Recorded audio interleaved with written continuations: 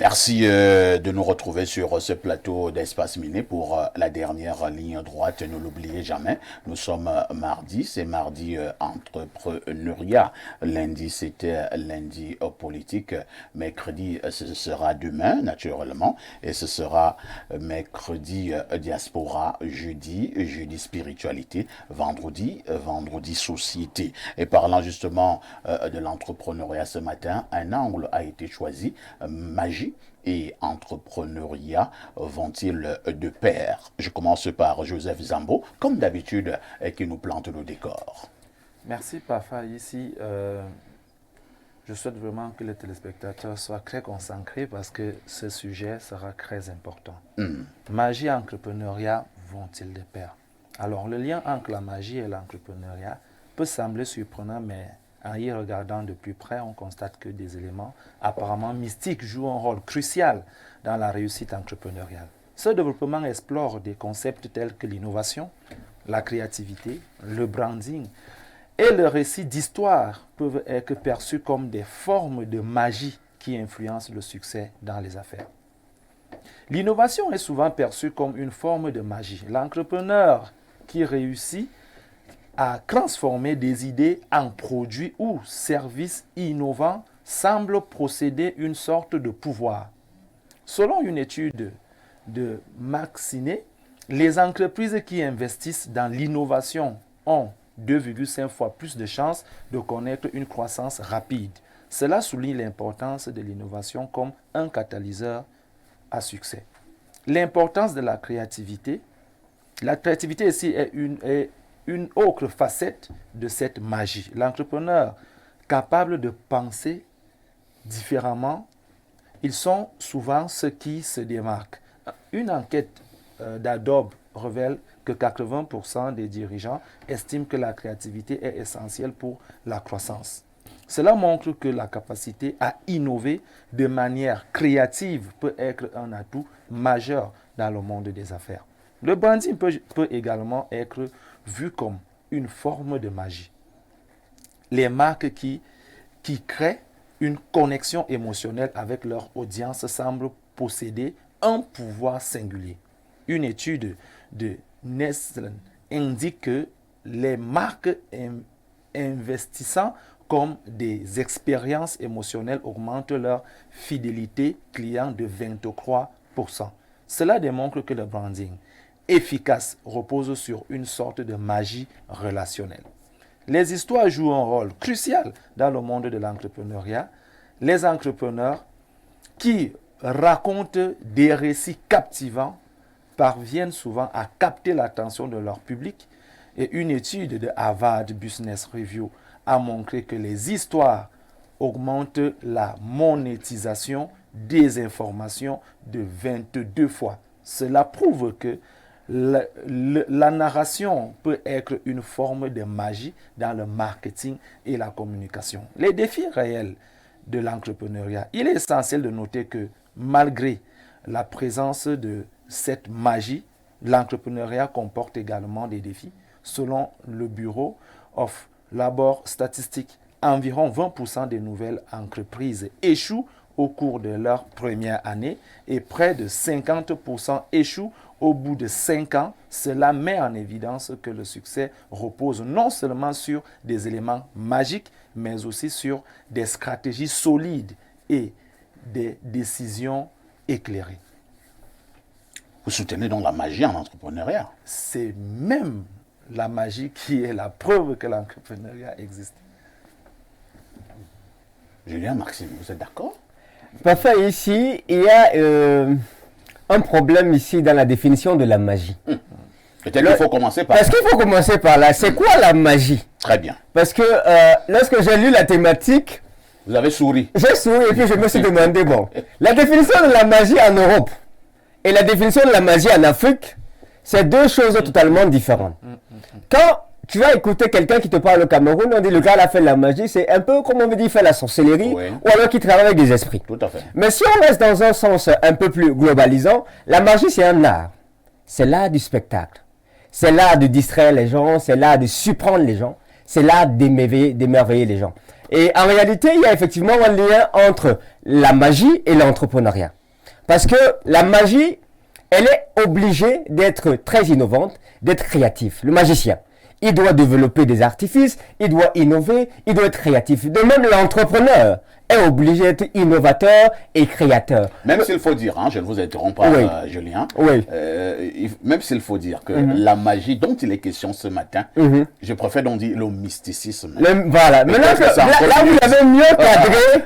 Selon l'Afrique. Selon l'Afrique, là, je vais revenir à la définition Selon africaine. l'Afrique, oui. Voilà. Donc, la magie selon l'Africain. Je pense que si on parle de la dimension mystique de l'entrepreneuriat, ou moi je vais appeler ça la dimension spiritualité, en toute honnêteté, les gens qui apportent de l'innovation sont connectés à des esprits. Et quand je dis esprit, je ne dis pas vraiment démon, ou toujours démon. Il y en a qui sont connectés à des démons. Il paraît même qu'il y a des bons esprits. Non, il y a des bons, il y a des bons, il y a des mauvais. La preuve, c'est que Jésus lui-même, qui est taxé de bon pasteur et qui est notre Seigneur, il avait 7 esprits qui reposaient sur lui. Ah bon? Mais parfois ici, quand vous lisez les Saintes Écritures, on vous dit dans le livre d'Ésaïe que l'esprit de sagesse, d'intelligence, de conseil, de force, de discernement, de crainte de l'Éternel reposait sur lui. Donc lui-même, il n'a pas marché sans esprit. Tout à l'heure, Blériot était en train de dire que le professeur, lui, il porte au moins 7 esprits. C'est-à-dire que la capacité à surprendre, à émerveiller, à impacter, à influencer est liée aux esprits avec lesquels on est connecté. Qu'on le veuille ou pas, dans notre univers, il y a un monde visible, il y a un monde invisible. Il y a des acteurs sur la scène visible, il y a des acteurs sur la scène invisible. Et en entrepreneuriat, on conjugue avec les deux. Maintenant, c'est à vous de voir avec quel esprit vous voulez travailler, que ce soit celui qui est bon ou que ce soit celui qui est mauvais. Il y en a qui demandent un salaire pour leur travail. Si les entrepreneurs vont chez les marabouts, c'est pour quelle raison?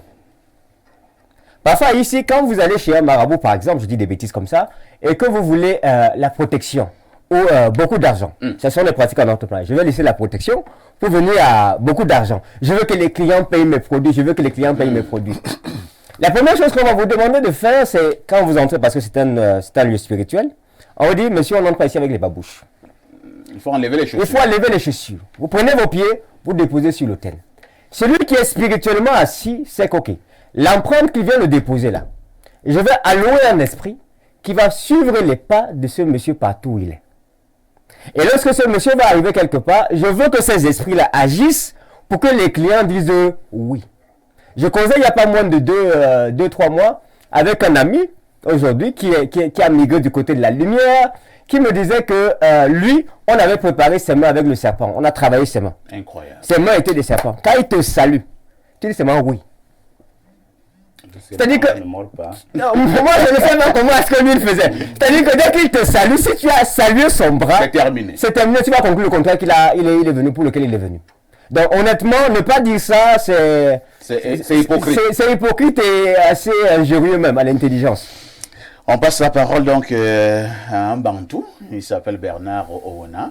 Bernard Owona, nous parlons donc de magie dans le volet mystico-africain ayant trait à l'entrepreneuriat.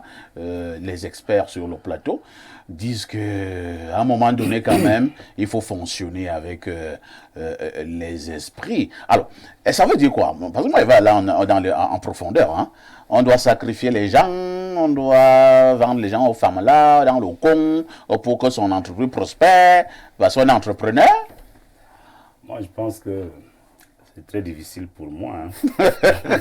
Je vais vous répondre comme vous voulez.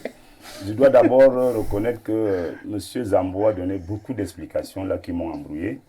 Mais je reviens à l'essentiel. C'est-à-dire que la magie, c'est l'art de produire des phénomènes inexplicables. Donc, ça dit que ce que M. Zambo lui disait là, est-ce que ça cadre avec cette façon de voir la magie qui produit des phénomènes inexplicables, des choses occultes? On prend donc cette magie, on l'associe à l'entrepreneuriat. Évidemment que beaucoup de gens font des pratiques pour que leurs affaires prospèrent, pour que leurs entreprises émergent et soient capables de faire du bon chiffre d'affaires. Mais quelles sont les pratiques chez nous? Je laisse un peu le côté des Blancs. Quelles sont les pratiques qui guident souvent nos entrepreneurs ici? Évidemment, ce n'est pas de bonnes pratiques, hein, parce que enterrer les chats, À minuit, venir faire des choses au bureau à 2 heures du matin. danser sans caleçon dans un Danser cimetière. sans caleçon, parce que c'est le marabout qui vous exige d'aller danser, d'aller faire vos preuves dans un cimetière en plein 1 heure du matin. Vous voyez? Donc ces pratiques-là embarrassent. En criant très fort. Oui, parce qu'il faut que tous les morts là vous entendent. Et sachent que vous êtes là, vous êtes de passage, vous avez besoin de leur accompagnement pour que vous prospériez dans vos affaires.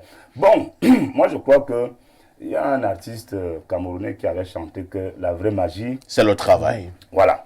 Donc moi je pense que si parfois ici, allé à l'école, il a pris le journalisme. Et qui n'est pas allé en classe. Bon, si parfois, bon, je prends le côté positif. Parfois, il est allé à l'école, il a appris le journalisme. Là-bas, on lui a dit, bon, il y a les genres rédactionnels. Quand tu vas faire l'interview, tu dois faire ci. Quand tu vas faire l'entretien, quand tu vas faire le reportage. Parfois, il finit donc sa formation. Il vient à Info TV et il lance une émission qu'on appelle Espace Miné. Parfois, ici est brillant là.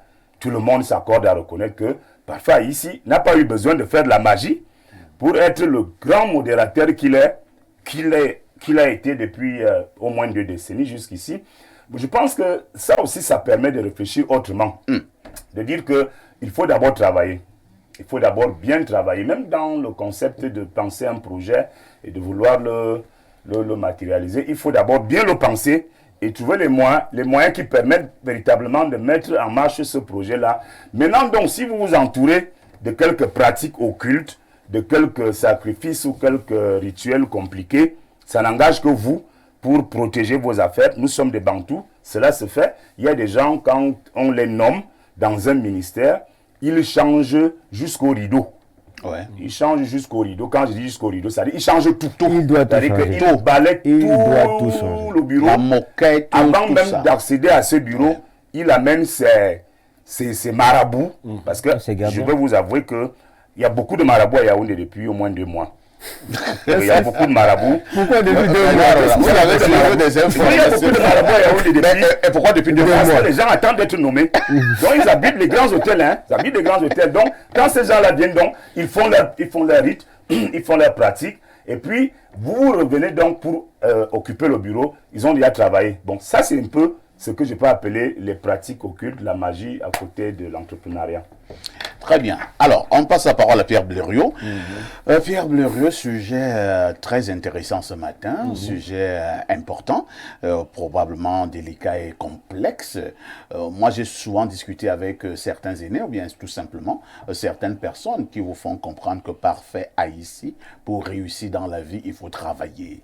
Les histoires aller danser sans caleçon dans les cimetières, là, ainsi de suite, ça ne donne rien. Mais maintenant, d'autres personnes m'ont aussi fait comprendre, Pierre Blériot, je vous donne les 2 écoles qui s'affrontent, que perfecto, tu as beau être le sac de modérateur, mais si tu ne fais pas un certain nombre de choses, ce sera difficile que tu atteignes aussi un certain niveau.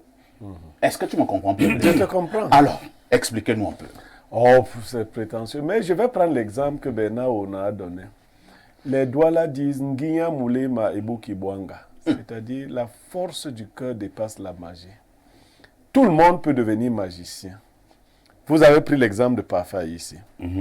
Monsieur Dieudonné met sur pied une structure, il appelle le groupe La Météo. Oui. Et à l'intérieur, il y a une télévision qu'il appelle Info TV.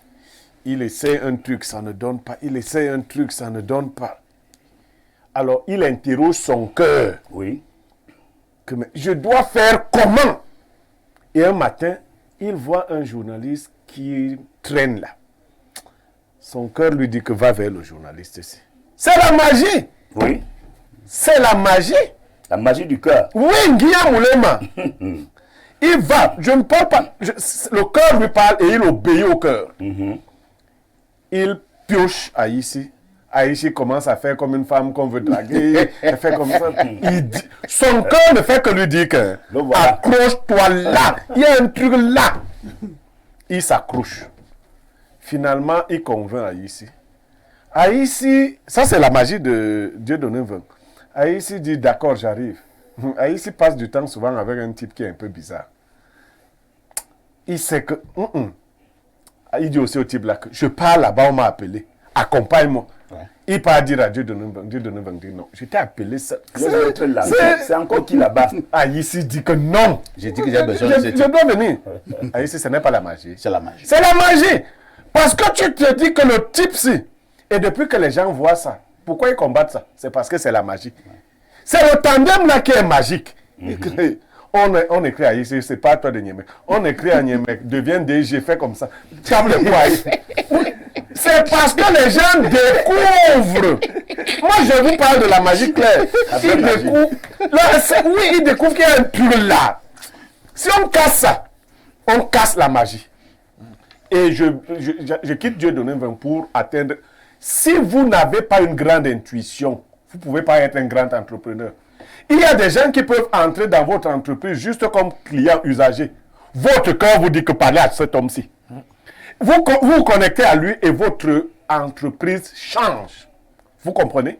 Si vous n'avez... Bon, c'est ceux qui n'écoutent pas beaucoup leur cœur qui vont chez les marabouts pour que le marabout te raconte ce que ton cœur aurait pu te raconter.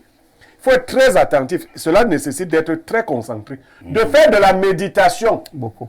Si vos affaires ne marchent pas, c'est parce que vous n'êtes pas encore connecté aux bonnes personnes qui doivent faire marcher vos affaires. Chaque personne a une étoile qui peut briller à un endroit particulier. Maintenant, il y a des gens qui volent ou achètent des étoiles. C'est ce qu'on fait chez les... Là, ça brille pour un temps. Et puis, ça s'éteint très mal. Ça, il faut le prévenir, il faut le dire. Ici, l'étoile, c'est... brille pour toujours, à moins que le propriétaire qui avait l'étoile décide lui-même d'éteindre ça. Oui. Parce qu'il y a aussi ça. Quand la sorcellerie te tape déjà, tu dis que... oui, il y a une forme de sorcellerie. Là, ta chose marche, ça marche. Après, tu dis un matin que je vais gâter ça. J'ai aussi vu ça. Hein. Oui, tu dis que... On a vu quelqu'un gâter sa structure, non? Oui, j'ai vu. Un matin... Lui-même commence à casser. Il commence à casser ça. Les gens lui disent que, hey, qu'est-ce que tu fais? Qu'est-ce que tu es en train de faire comme ça? Il dit non, nul n'est indispensable. Il casse encore. Non. Donc, la magie existe. Mais moi, je préfère la magie du cœur. OK? Nguyen Moulema. Merci, Blériot.